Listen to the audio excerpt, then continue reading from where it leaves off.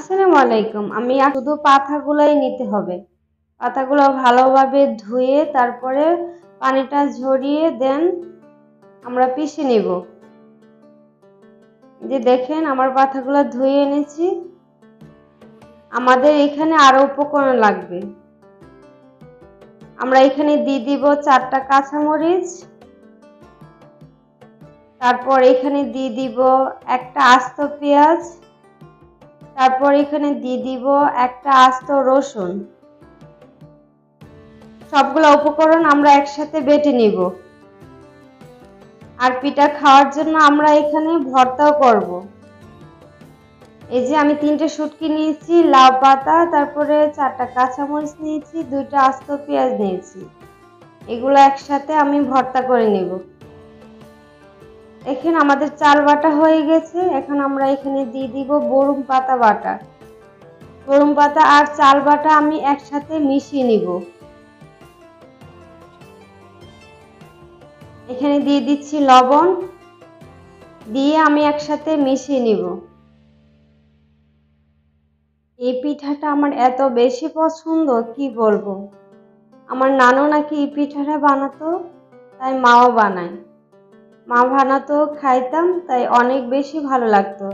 তাই ভাবলাম যখন গরম পাতা হয়েছে তখন আমি এবার বানিয়ে খাই। এখন চুলায় একটা তাও বসিয়ে এখানে দিয়ে দিচ্ছি যে চাউল বেটে রেখেছিলাম ওইটা। আগে চেক করে নেবেন তাওয়াটা গরম হয়েছে কিনা।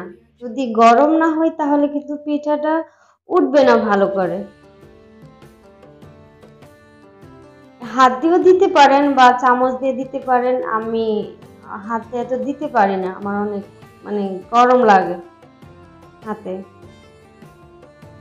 দেখেন পিঠার কালারটা কত বেশি সুন্দর হয়েছে। দেখতে যেমন সুন্দর হয়েছে খেতেও অনেক বেশি ভালো লাগে। একটা ঘ্রাণ হয়, একটা ঘ্রাণ আসে পিঠাটা থেকে। দেখেন আমার ভর্তা আর পিঠা একেবারে রেডি। পিঠা দেখতে যেরকম সুন্দর না, খাইতেও অনেক বেশি ভালো লাগে। আপনারা বাসায় অবশ্যই ট্রাই করবেন এই পিঠা। এভাবে পিঠা বানিয়ে খেলে মুখে লেগে থাকবে। আসলে বরম পাতা তো সবসময় থাকে না, এই যে একটা সিজন না, এই সিজনে বরম পাতা থাকে। আর আপনারা কে কে এই পিঠা খেয়েছেন অবশ্যই কমেন্ট করে জানাবেন।